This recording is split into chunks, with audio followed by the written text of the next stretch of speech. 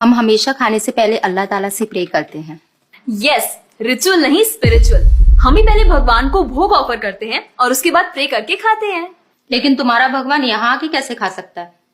जैसे वो तुम्हारी दुआ कानों से सुन सकता है, वो वैसे ही यहाँ पर आके खा भी सकता है। भगवान का फॉर्म पर्सनल है। अगर वो कानों से सुन सकते हैं तो मुंह से आके खा भी सकते हैं। उनके कान और मुंह दोनों है। शालिनी, तुम प्रे नहीं करती खाना खाने से पहले? नहीं, लेकिन मेरे चाचा ने एक बार कहा था कि हमको वो गॉड ऑफ फूड को और फार्मर्स को थैंक यू बोलना चाहिए। You mean Annapurna Devi? What? God of food. Yes, हमें उन्हें थैंक करना चाहिए और साथ में फार्मर्स को भी। But I believe in watering the roots.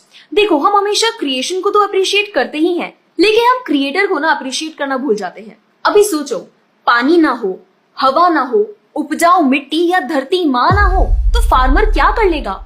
So I believe that we should be thanking the creator, the lord who is providing us with all the basic necessities. Point. अब तुम किस किस को थैंक करेगा? वैसे भी तुम्हारे 33 करोड़ तो देवी देवता है। बताओ किस किस को थैंक करेगा तुम? और शांडी, तुम बताओ, तुम किस गॉड को मानता है?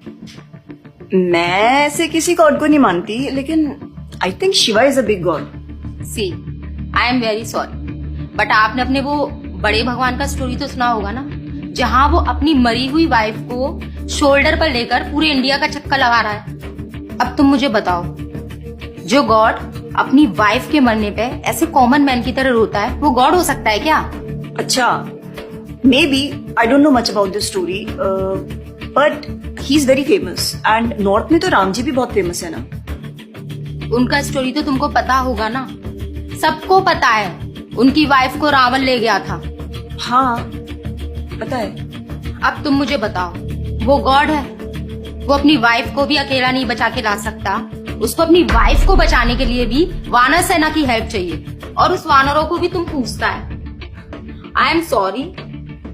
और गीता, तुम कृष्ण को मानती हो, और वो तो हर लड़की के साथ रासलीला करते रहते थे।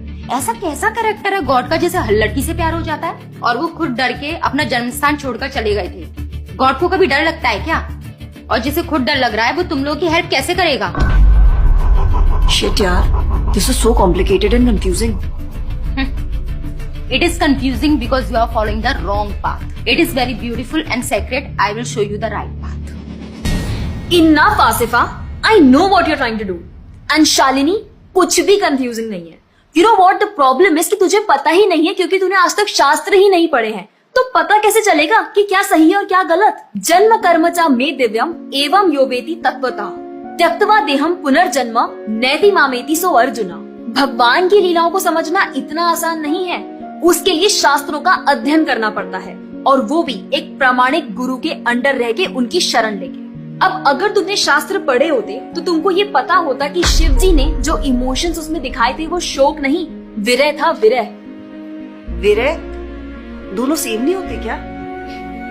Let's start from the basics. शोक इज मटेरियल एंड विरह इज स्पिरिचुअल। शोक ना दुख की अनुभूति कराता है, whereas जो विरह है उसमें जो सेपरेशन की फीलिंग होती है ना, वो सुख का अनुभव कराती है। भगवान भगवत गीता में ना शोक करने वाले व्यक्ति को मूर्ख बताते हैं। गतासुम अगतासुमश्च नानुशोचन्ति Pandita. A wise man never laments for the living nor for the dead. Bhagavad Gita chapter 2 text 11। अपनों की मौत पे आंसू बहाना शोक है, लेकिन वहीं रामायण देखते देखते जो आंसू निकले ना, वो विरह है, विरह। और ऐसे विरह से हमारा भगवान के प्रति प्रेम बढ़ता है। तो जिस तरह से शिव जी ने विरह को दिखाया था, उसी तरह राम जी भी सीता मैया के जाने के बाद विरह में भटकते हुए रो रहे हैं। और यही नहीं, सीता देवी इतनी प्योर है ना कि उन्हें राम जी के अलावा कोई टच भी नहीं कर सकता था। रावण जिनको लेके गया था वो छाया सीता देवी थी। असली सीता देवी तो अग्नि में समा गई थी, और वो अग्नि परीक्षा के वक्त बाहर आई थी। और आसिफा, तू क्या बोल रही थी? भगवान राम को अपनी पत्नी को बचाने के लिए वानरों की मदद लेनी पड़ी थी। I mean, God is all powerful, right? हाँ, I mean, वो अकेले भी तो मार सकते थे ना। यार शालिनी, अगर तूने कभी रामायण पढ़ी होती तो तुझे पता होता, जब खर और दूषण आए थे अपने 15,000 ऐसे दानवों के साथ जो इंसान को खा जाते थे, उन सब के साथ राम जी ने अकेले बिना किसी की हेल्प के उन सबके चिथड़े उड़ा दिए थे। अब ऐसे राम के लिए रावण को मारना मुश्किल है क्या? हाँ, लेकिन बाद में वानरों की हेल्प क्यों ली? उनको अपनी सेवा में लगाने के लिए, उनकी ग्लोरीज बढ़ाने के लिए। अरे उन्होंने तो एक छोटी सी गिलहरी तक को अपनी सेवा में लगा लिया था। What? कभी पढ़ा हो तो पता हो ना। खैर, और हम हनुमान जी की पूजा इसीलिए करते हैं क्योंकि भगवान तक पहुंचने का रास्ता उनके भक्तों की सेवा है। जब भगवान देखते हैं कि मेरे भक्तों का गुणगान हो रहा है या कोई सेवा कर रहा है तो वो बहुत खुश होते हैं। जैसे मैं तेरी मॉम के सामने अगर तेरी तारीफ करूं तो वो खुश होती है ना। Point. इसी तरह भगवान हमसे खुश होते हैं जब हम उनके भक्तों की सेवा करते हैं, पूजा करते हैं। और रही बात 33 करोड़ देवी देवता की, आसिफा तू मुझे ये बता, what is your favourite genre in movies? Psychological thriller. और शालिनी तेरी?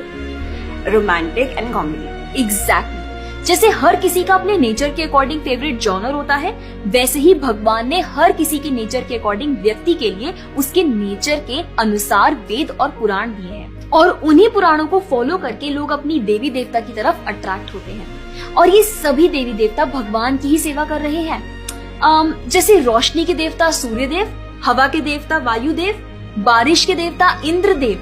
जैसे एक सरकार चलाने के लिए इतनी सारी पोजीशंस होती हैं, वैसे ही इस पूरे ब्रह्मांड को चलाने के लिए अलग अलग देवी देवताओं की जरूरत पड़ती है। तो मतलब वो अपनी पोजीशन का मिसयूज करेंगे, किसी भी लड़की के साथ कुछ भी करेंगे, रास लीला करेंगे। Stop it Asifa, now you are crossing the line.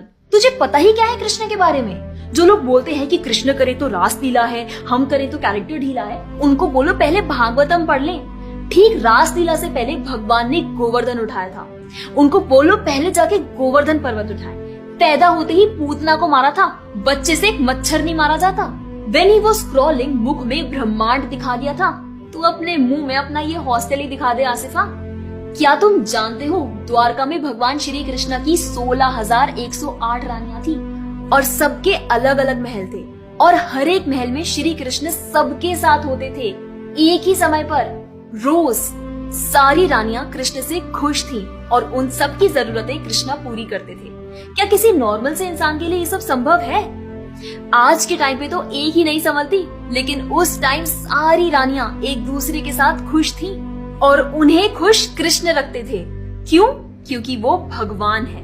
और रही बात ब्रज की गोपियों के साथ रास लीला करने की, तो इतना जान लो कि रास लीला के टाइम पर करोड़ों गोपियां थी और कृष्ण पूरे टाइम हर एक गोपी के साथ मौजूद थे और उनके साथ डांस कर रहे थे एक टाइम पे करोड़ों गोपियों के साथ। ये सब बहुत डीप लीला है और ये सब तभी पता चलेगी जब साधुओं के संग में रह के शास्त्रों को पढ़ा जाएगा। हवा में तीर चलाने से या सुनी सुनाई बातों पर यकीन करने से कुछ नहीं होने वाला। और रही बात अपने भक्तों को बचाने की, तो भगवान ने तो अपने भक्त परीक्षित महाराज को गर्भ में बचाया। 5 साल के प्रहलाद महाराज के लिए नरसिंह अवतार लेकर आए और उनको बचाया। यहाँ तक कि वो अपने गुरुदेव सांदीपनी मुनि के बेटे को मरने के बाद वापस लाए और उनको जिंदा किया। I'm really impressed यार। हिंदू होते हुए भी मुझे फैक्ट्स पता ही नहीं थे। मेरे पेरेंट्स ने मुझे कभी इन सब चीजों के बारे में बताया ही नहीं। हाँ, पेरेंट्स की तो गलती है, लेकिन हम भी तो वही कर रहे हैं जो उन्होंने किया।